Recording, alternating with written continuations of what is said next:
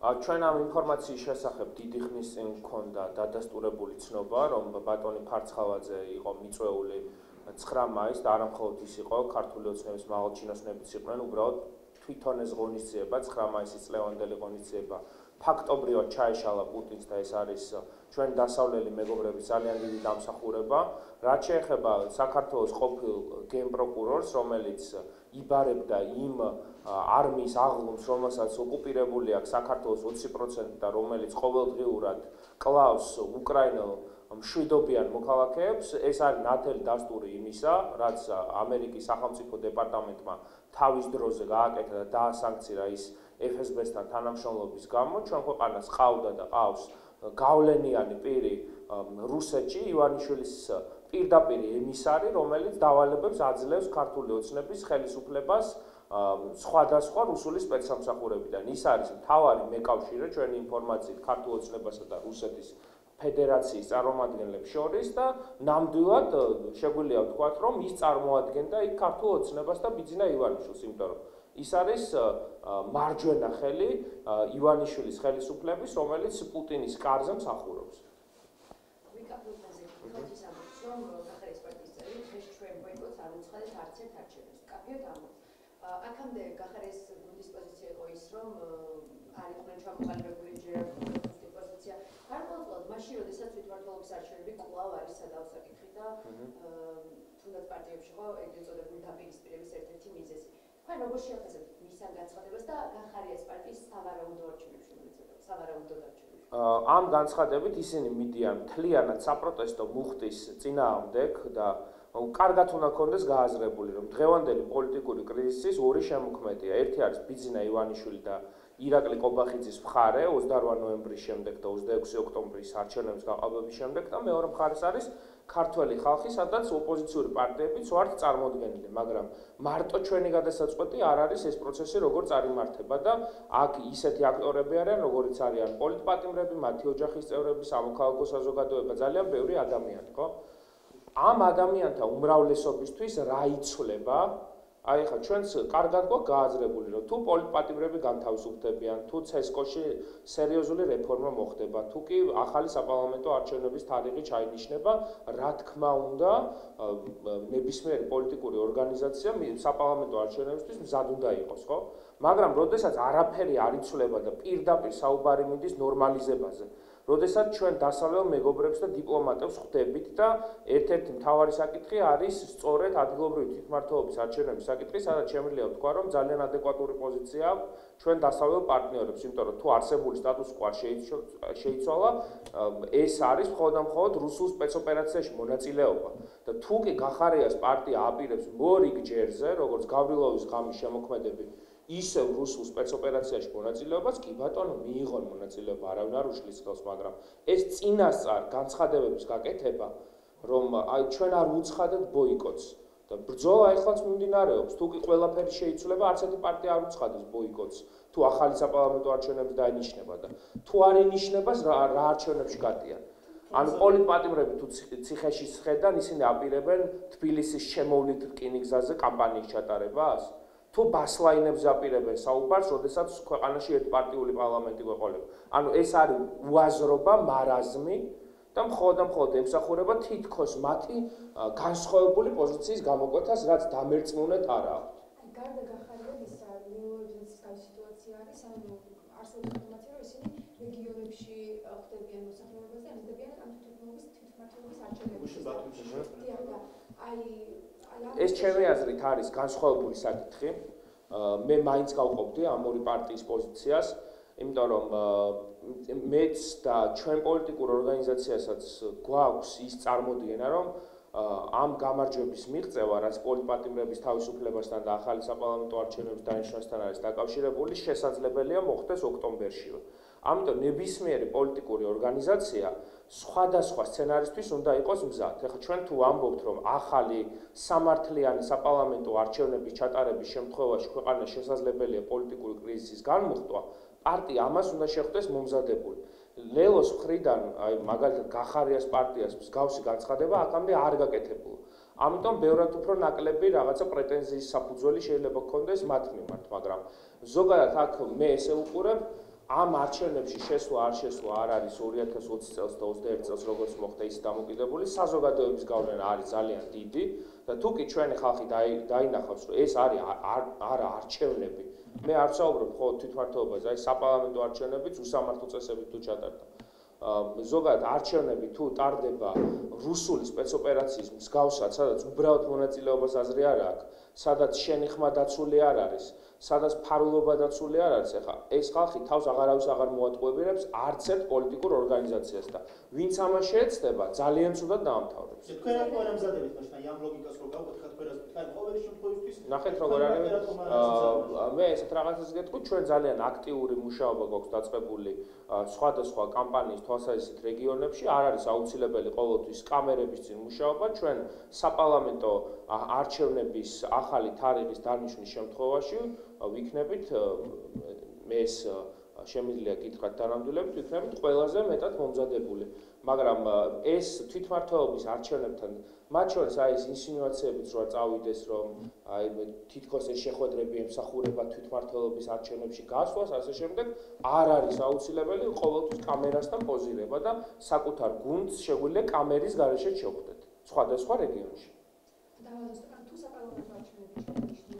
თუ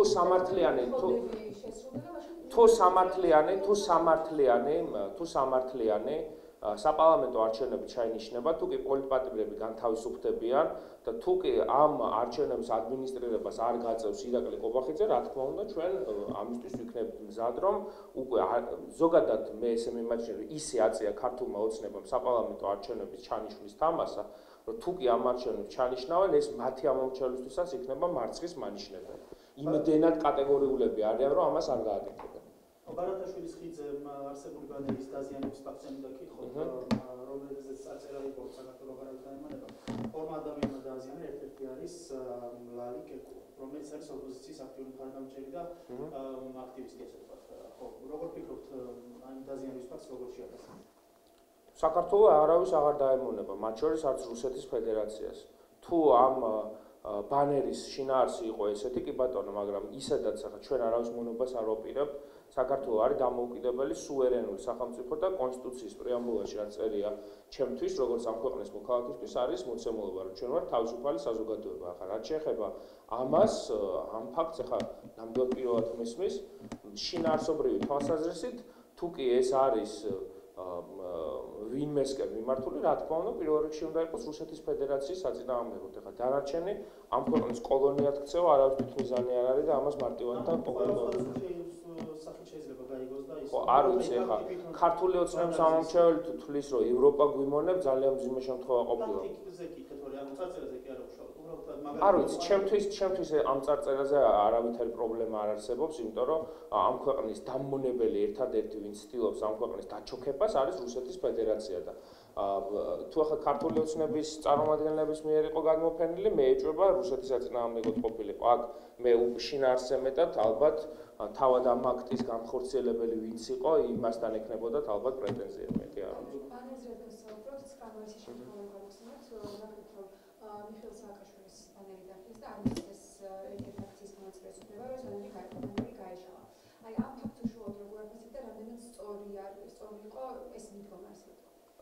თუ კი ჩვენ ვაშენებთ ევროპულ სახელმწიფოს და ბიძინა ივანიშვილს ამის შენება შეჩერებული აქვს, მაგრამ იმ საზოგადოებას, რომელიც ყოველდღიურად აპროტესტებთ ივანიშვილის რეჟიმს, უნდა გქონდეს სამართლიანი პრეტენზია, რომ ამ ქვეყანაში ცივილიზებული აზრისა და გამოხატვის თავისუფლების სტანდარტები უნდა იყოს დაცული. და ამ ვითარებაში, როდესაც დემონსტრანტს აქვს კლასიკური პოლიტპატიმრის მიხეილ სააკაშვილის პოლიტპატიმრობის წინააღმდეგ საპროტესტო ბანერი გამოტანილი, არავის არ აქვს უფლება ეს შეზღუდოს, საერთოდ არავის, მით უმეტეს რაიმე სახის ცენზურა დააწესოს. ეს იყო ძალიან ცუდი, უსიამოვნო ფაქტი.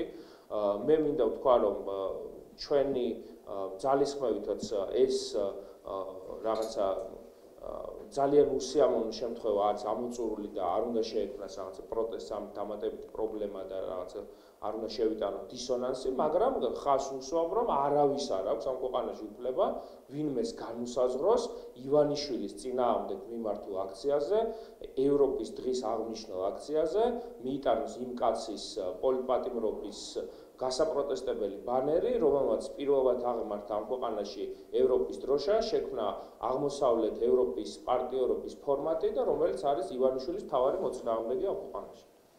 არასამთავრობო ორგანიზაციების მთავარი პოლიტიკური განმეორების მხილების მიზნით ევროპარლამენტის ერთ-ერთი პარტია ითხოვს საგამოძიებო კომისიის შექმნას, მაშინ როდესაც გამჭვირვალობის გამოძი არაერთი κρიტიკა და დღემდე კრიტიკას უსმენთ, ხო? რას ფიქრობთ, ეს ორმაგი სტანდარტია თუ აი რასთან გვაქვს საქმე ამ შემთხვევაში? თვითონ ითხოვენ იმას? როდესაც ევროპარლამენტში, ევროპულ სახელმწიფოში ამას ითხოვენ, ერთი რამ არის გარანტირებული. ნებისმიერ ორგანიზაციას, რომელსაც შეიძლება ეს შეეხოს, დარწმუნებული ვარ, რომ გარანტირებული აქვს სამართლიანი სასამართლოს უფლება. თუკი მათი გამოხატვის თავისუფლება, საქმიანობის თავისუფლება შეიზღუდება, დარწმუნებული ვარ, რომ მათ ადგილობრივ პარლამენტშიც ნორმალურად არის წარმოდგენილი ოპოზიცია და პოზიცია, სადაც მათი აზრი ისმის და რაც მთავარია, მათი უფლებები თუ ირღვევა და დისკრიმინაციის შემთხვევები ფიქსირდება, მარტივად და კონკრეტულად შეუძლიათ სასამართლოში მისვლა. ამ ქვეყანაში სასამართლოში გინდა მისულხარ და გინდა არა. ანუ იცი, თუკი გაქვს ოპოზიციური აზრი, რას დაგიფიქსირებს რუსეთის სასამართლო. ამიტომ ორმაგი სტანდარტი თუ იმეს აქვს, ორმაგი სტანდარტი აქვს ქართულ ოცნებას, იმიტომ რომ დარწმუნებული ვარ ამ ქვეყანაში დემოკრატიული ინსტიტუტები რომ გქონდეს, არც ერთი ზემოხსენებული პრობლემა და შენიშვნა, რომელსაც დასავლეთისგან ვიგებთ, უბრალოდ დღის წესრიგშიც არ იქნებოდა. სალომე სამედაშოზე ვთქვათ, ევროპაში ისაუბრა, ციტირა პოლიციის 22 წელს არჩევნებში და პროტესტი ახალ არჩევნებში რომ არ გადაიზარდა, იმიტომ ხდება, რომ ევროკავშირი მაშინ ამას კრიზისის განმარტვის გზად არ თვლიდა. ახლა ასე თვლის და აუცილებლად უნდა ჩატარდეს. მართლობრივი ამბობენ, რომ ეს არის დასტური იმისა, რომ რეალურად ოპოზიცია არაინტერესებს ხალხი და მათ პრიორიტეტია მხოლოდ ის, თუ რას იტყვიან ევრობიუროკრატები. ჯერ სალომეს სამედაშოვის ეს განცხადება რომ შეაფასოთ და მართველი გუნდის ეს კრიტიკა მიგაჩნიათ თუ არა, აი ეს კრიტიკაც რომ შევაფასოთ სამართლიანი. ამ ქვეყნისთვის იყო ძალიან ცუდი, როდესაც 2020 და 2021 წლის არჩევნების შემდეგ ჩვენ ვერ მოვიპოვეთ ახალი სამართლიანი საპარლამენტო არჩევნები, იმიტომ რომ საქართველოს არის საპარლამენტო რესპუბლიკა და მთავრობას ამტკიცებს პარლამენტში უმრავლესობა მინიმუმ 76 დეპუტატის სახით.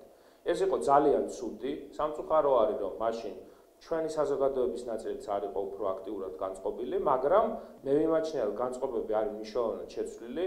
დასავლელი ბიუროკრატებზე საუბარი ქართული ოცნების მხრიდან არის ზედმეტი, ისინი დარბოდნენ, პირველი თუ დარბოდნენ შალმიშელის შეთანხმებაზე და როდესაც მედიატორები ჩამოდიოდნენ დასავლეთიდან, მახსოვს ქართული ოცნების წარმომადგენლები როგორი აღტკინებით საუბრობდნენ იმ წყინვალე შეთანხმებაზე, რომელსაც მიაღწიეს და მერე ასევე ცალმხრივად დატოვეს, ესეც კარგად გავიხსენოთ.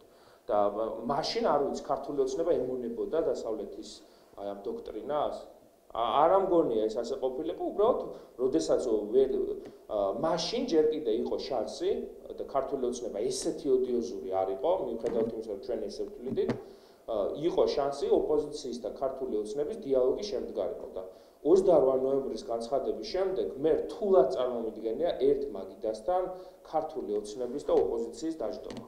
და როდესაც მაგიდასთან ვერ ხდებიან, ესეთ დროს ამ ქვეყანაში არის ქაოსი, რაც არის დაუშვებელი, ან ინიშნება ახალი საპარლამენტო არჩევნები, სამართლიანი, სადაც რომელიც მოიპოვებს უმრავლესობას, ის მოდის ხელისუფლებაში და ეს მეორე გამოსავალი არის, ჩემი აზრით, ქართველი ხალხისგან ძალიან მკაფიოდ განსაზღვრული, ამ ქვეყნის ისტორიას არ ახსოვს აი ესეთი განგრძობადი აქცია არჩევნების დანიშნვის მოთხოვნით, პოლიტპატიმრების საკითხი ბუნებრივია უფრო მნიშვნელოვანია, იმიტომ რომ ადამიანური და სოციალური ფაქტორი თამაშობს.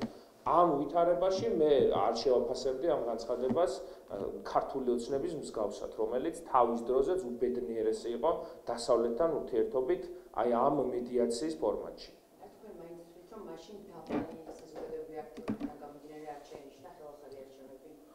მე მაინც გონია, რომ ზოგადად, როდესაც პოლიტიკური პროცესის მართვაზე არის საუბარი, მაშინ სამოქალაქო საზოგადოება ესე მძლავრად არ იყო ჩამოყალიბებული, როგორც დღეს არის და მაშინ პოლიტიკურმა პარტიებმა ვერ შევძელით ამ საკითხის საკმარისად აქტუალიზაცია, შესაბამისად, თუ კი ვინმეზე გადამაქვს ის არის ისევ და ისევ ოპოზიციური პარტიები, რომლებსაც ბევრად უფრო მეტი უნდა გაუკეთებინა სამოქალაქო საზოგადოების ჩართულობის და ზოგადად ჩვენი მხარდამჭერების ჩართულობის პროცესში და დღევანდელ ვითარებაში გვაქვს ფუფუნება, რომ ჩემი აზრით სამოქალაქო საზოგადოება ბევრად უფრო აქტიურია ვიდრე ჩვენ.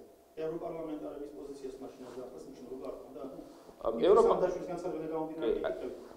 ევროპარლამენტარების პოზიციას მაშინაც და ახლაც ბუნებრივია ჩვენ საერთაშორისო იზოლაციაში თავს ვერ მოვიქცევთ და არ მოვიქცევთ, იმიტომ რომ იმ არჩევნებშიც და ამ არჩევნებშიც განსაზღვრელი საკითხი ერთ-ერთი იყო ევროპული ინტეგრაცია და როდესაც ევროპულ ინტეგრაციაზე გვაქვს საუბარი, კარგად უნდა ქონდეს გააზრებული, ხა ევროკავშირის ელჩის განცხადებაც ვნახეთ 9 მაისს. თუ ქართველებს უნდათ ევროკავშირი, შეგვიძლია გავხდეთ მისი წევრები. თუ არ უნდა, არავინ არ უაწალებს. და იმ ხარეს, რომელსაც გვინდა ევროკავშირის წევრობა, იმ ევროპული სიკეთეების მიღება და ჩვენი მხრიდანაც გაზიარება. მე არ მინდა რომ საქართველოს წარმოვიდგინო რაღაც როგორც რაღაცა პატრონაჟის ქვეშ ყოფ სახელმწიფო. ჩვენს უამრავი რაღაცის შეთავაზება შეგვიძლია როგორც სახელმწიფოს ევროკავშირისთვის და ევროკავშირის მოქალაქეებისთვის. და ამ ვითარებაში, როდესაც ჩვენ აქეთ მხარეს ვართ, ვისაც გსურს ევროპული ინტეგრაცია, ბუნებრივია ჩვენი დასავლელი პარტნიორების პოზიცია სხვადასხვა საკითხთან მიმართებაში არ არის გადამწყვეტი, მაგრამ გასათვალისწინებელი, იმიტომ რომ ესა თუ ის საკითხი თუ შეუშლის ევროპულ ინტეგრაციას და არჩევნებს გაყალბება, ადამიანის უფლებების დარღვევა, ეს ისეთი საკითხებია, რომელიც ბუნებრივად ეწინააღმდეგება ევროპულ პათოსს და ევროპულ ცივილიზაციას, რა თქმა უნდა, ეს არის კრიტიკული მნიშვნელობის მატარებელი. მადლობა. რა დავიდეთ კატარინა.